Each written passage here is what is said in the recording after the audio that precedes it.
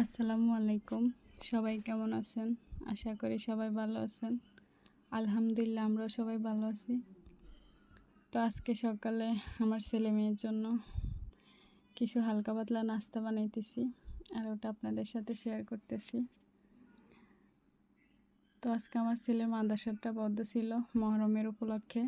তো এই কারণে ওরা ভাই বোন একসাথে নাস্তা করতেছে। অন্যদিন আমার ছেলেটা সকাল 7টায় চলে যায় আর এমনিতেই আসে 1টার দিকে। তো ওইভাবে ওদের ভাই বোনের সাথে একসাথে নাস্তা করা হয় না, যেহেতু অনেক দিন পর আজকে বদ্ধ দিছে। তো ওরা ভাই বোন একসাথে নাস্তা করতে বসছে।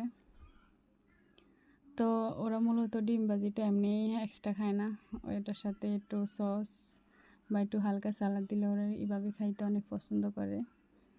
তো ওরা একসাথে বসছিল নাস্তা খাওয়ার জন্য।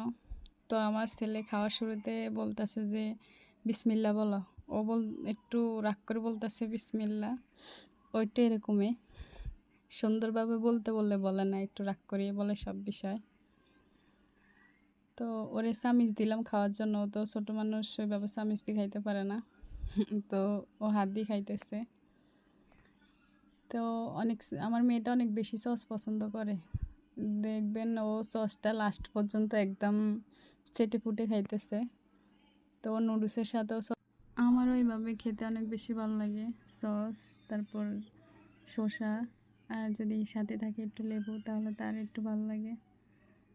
তো লাস্ট পর্যন্ত আমার ছেলে যখন চামিচ দিয়ে খাইতেছে, আমার মেয়েটা বলতেছে আমি হাত দিয়ে খাইতেছি, তুমি হাত দিয়ে খাও।